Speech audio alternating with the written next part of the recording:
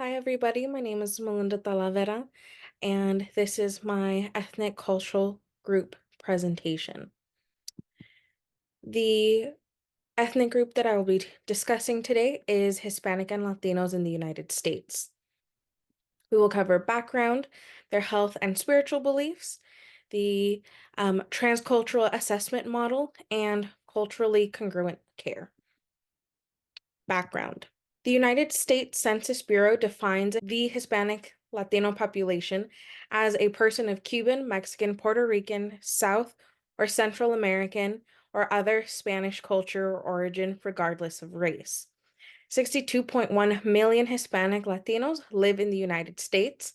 They are the second largest ethnic group next to non-Hispanic whites, and they are the fastest growing minority. In the United States, the Hispanic Latino population is comprised of certain subgroups.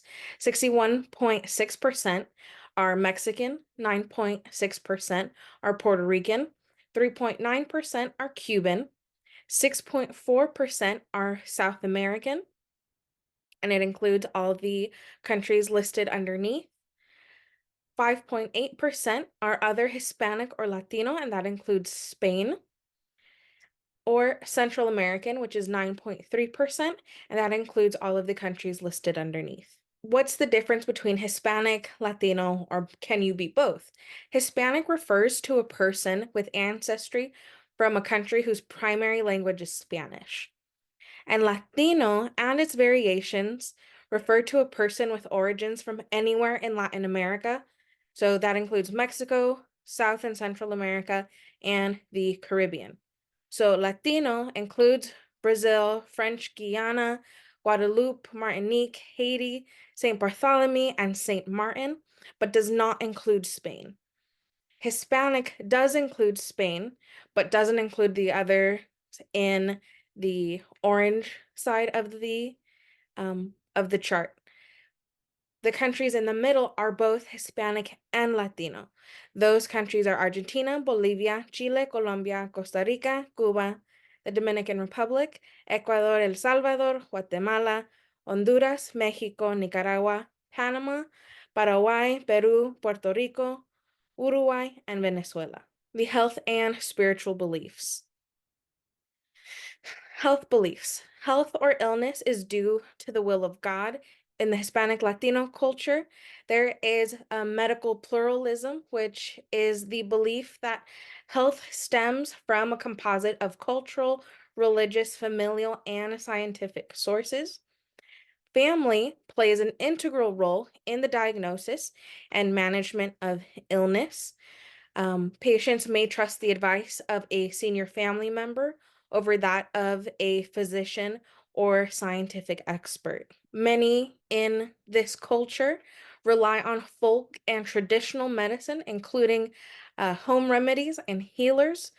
Why do Hispanic and Latinos turn to folk and traditional medicine? First of many reasons could be financial instability. Um, they don't have the financial resources to access healthcare, or they don't have the financial resources to access health insurance for medical care. There are language barriers, and many immigrants fear immigration policies and attitudes and fear that if their doctor finds out they're an immigrant, that they'll call ICE and they'll be deported. Another reason that Hispanic and Latinos turn to folk and traditional medicine is a lack of culturally sensitive providers. So they also rely on prayer, the anointing of the sick, and praying to specific saints. For a different class with Dr. Brash, we had a creative project, and I joked around and I made this ad and for cura todo, heal all. And growing up, 7-Up, Vicks, and caldo de pollo or caldo de res would heal everything. So the spiritual beliefs of the Hispanic and Latinos, 76% of Hispanic and Latinos identify as Christian. This includes Catholic, Protestant, Evangelical, and other traditions. 19% of the 76 are evangelical. 5% are mainline, which is Baptist, Anabaptist, Methodist. 1% belong to the historically Black sects of those mainline Protestant denominations. 48% and the majority of um, Hispanic and Latinos consider themselves to be Catholic. 1% consider themselves to be Mormon, and 2% consider themselves to be Jehovah's Witnesses. So, what are the death rituals and the beliefs? In the Catholic tradition, there are prayer vigils, or what we call in Spanish the novena. The novena is a vigil that lasts 9 consecutive days, and it's done in mourning.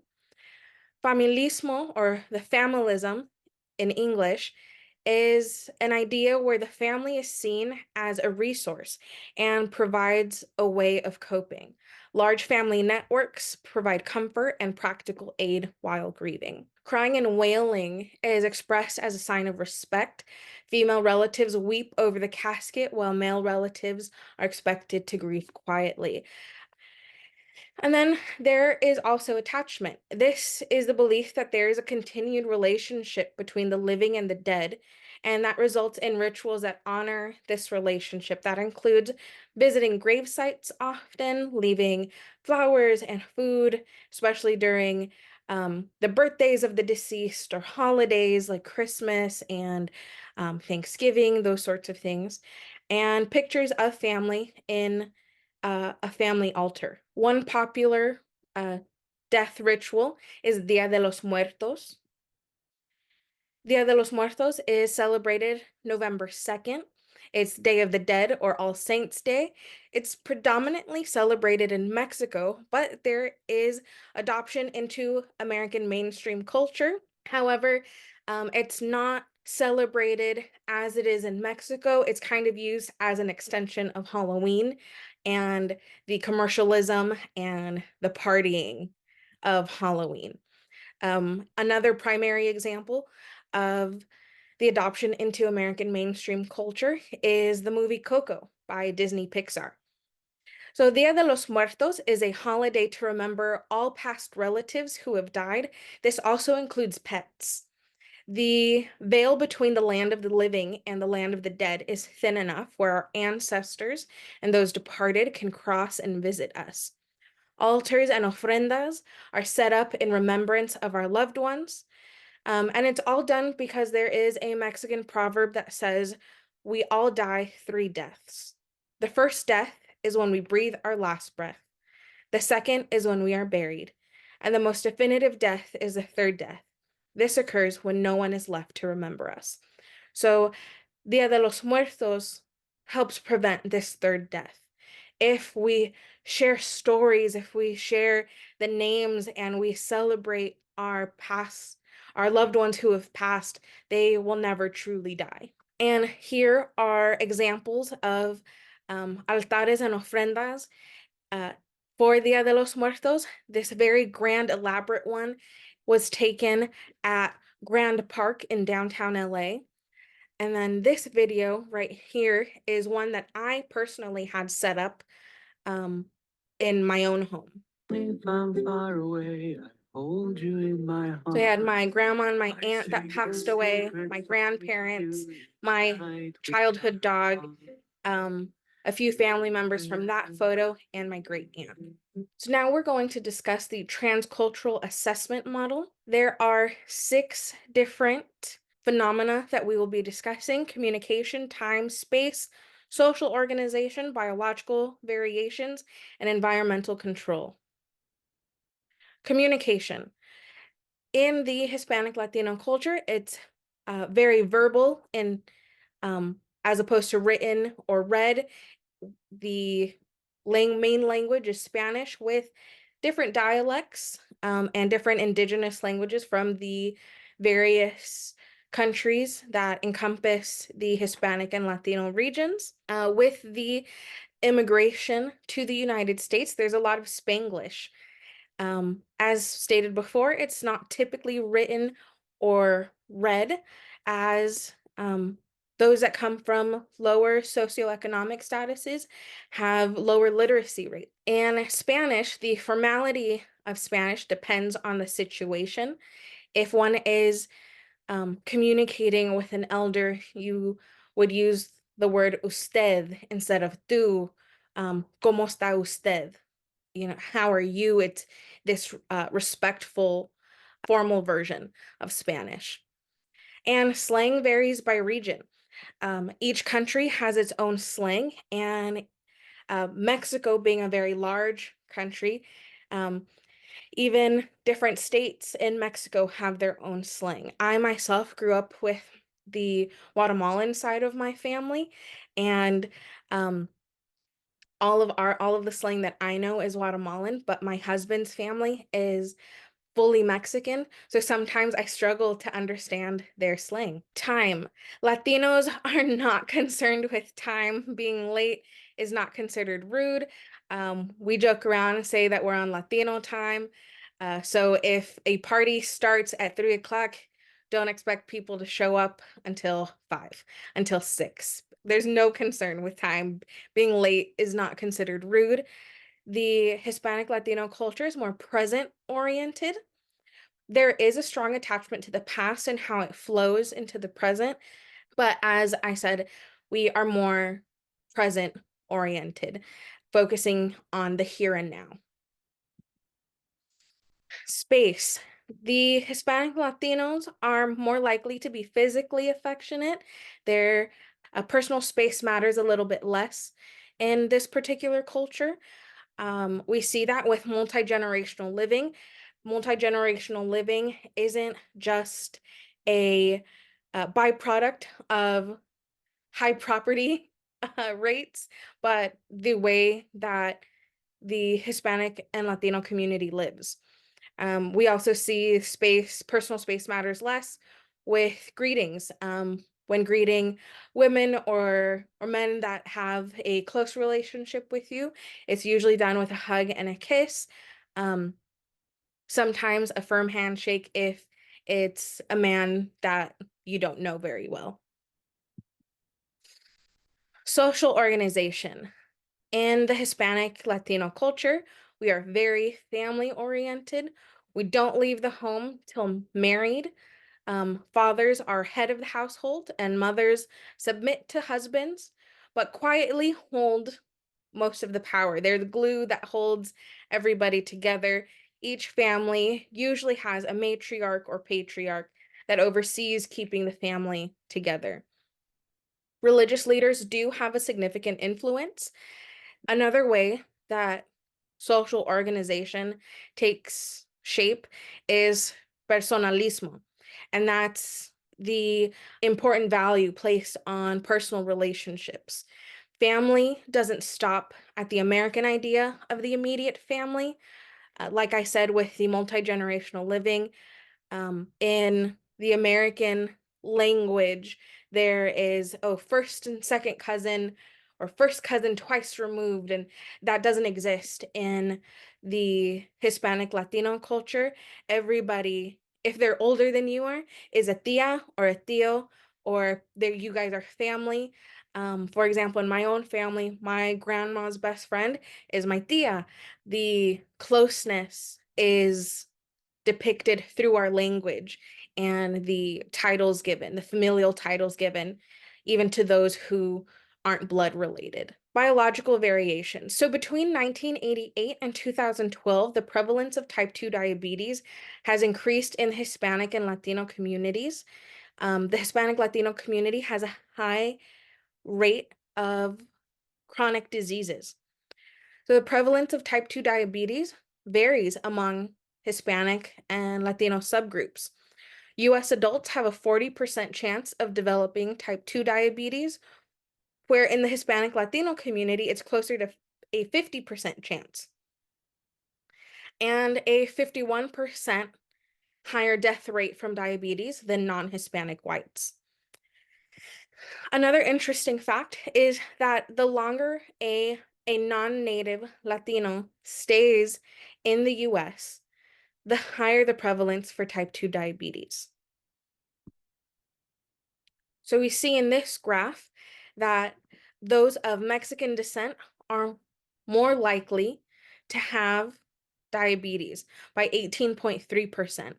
Puerto Ricans are next at 18.1%, followed by and Dominicans. Then those from Central America have a 17.7% increased risk. Those from Cuba have a 13.4%, and those of South American descent have a 10.2% increased risk of type 2 diabetes. Part of this is not only genetics, but diet.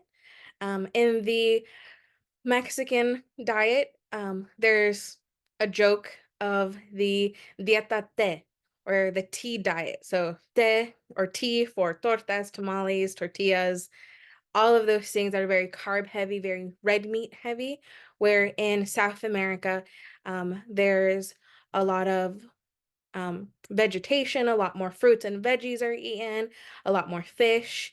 Depending on the Hispanic Latino subtype, the risk of developing type 2 diabetes will either increase or decrease. Environmental control.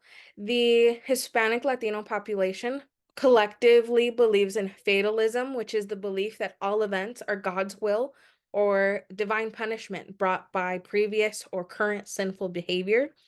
We have the use of language like si Dios quiere. My grandma always like, okay, grandma, we'll see you next week, or I'll call you later. And she always says, si Dios quiere, if God wants, if God wills it. Si Dios quiere, nos vemos mañana. If God wills it, we'll see each other tomorrow. Um, or we always use the word ojalá.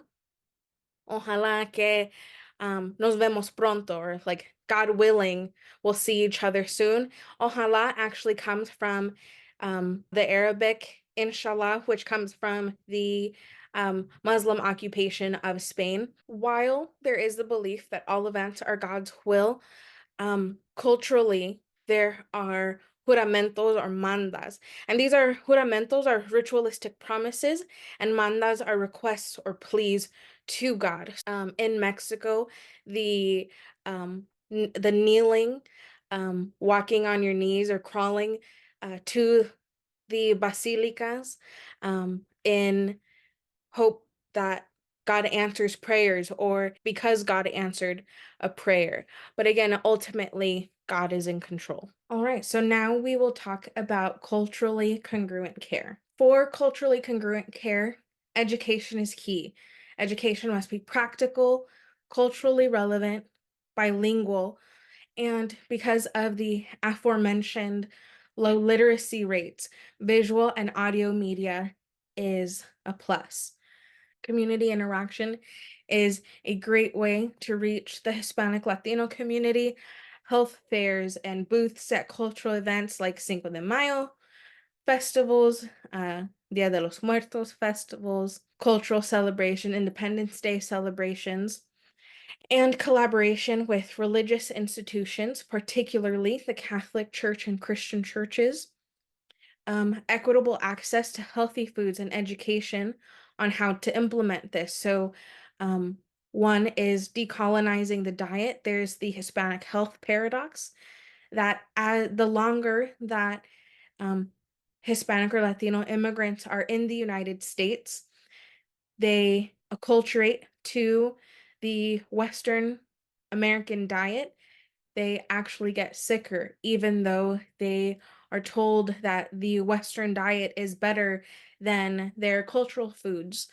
Their risk for type 2 diabetes, high blood pressure, high cholesterol actually increases the longer that they're in the United States. One example of culturally congruent care that I thought was amazing was from the Lawrence Diabetes Prevention Project. They provided telenovela style informational videos to those participating in their diabetes research. And it made a great impact because it was culturally relevant. Hispanic Latinos love their novelas, and it was in a form of digestible media. And cultural competency and humility is key to culturally congruent care. Right now, I'm going to share a video that I found on TikTok. Salsa is not a serving of vegetables. That's like saying, When I first posted the video, I really tried to give you the benefit of the doubt. And then people started telling me about this video you made. And I think we need to break something down for you because when we talk about what is wrong with dietetics, when dietitians of color come out in defense of our cultural foods, what you did in that video is exactly what is wrong. That is because you took the words from the community that is trying to educate you, not me as a dietitian, but the people that eat those foods. And you decided to gaslight them and tell them that salsa is not a vegetable. When in reality, if someone ate a half a cup of salsa, they are eating vegetables. But you decided to say that that was the same thing as saying that marinara sauce in pizza is a vegetable. So that was the first thing that you did wrong. Then you proceeded to talk about corn tortillas and say that they didn't have enough fiber when they do, because it is a whole grain. You forgot to mention that part. And then you decided to take something that's authentic, like tacos, and gentrify it by adding ingredients that are not part of our culture, like microgreens and Brussels sprouts. So now I had to come on here and educate you because apparently your education as a dietitian, which I know I have had, did not do you the service of educating you on how to be culturally humble. In conclusion, culturally congruent care is is critical for the treatment of Hispanic and Latino patients. It must be met with cultural humility and respect and personal relationships, and it is very important in the United States because Hispanic and Latinos are the fastest growing minority. I believe just recently in California, Hispanic and Latinos are now the majority. So it's critical that we as public health officials learn to develop culturally congruent healthcare for the population of Hispanic and Latinos. Thank you for taking the time to watch my presentation. Here are my references. And if you have any questions, please feel free to email me. Thank you.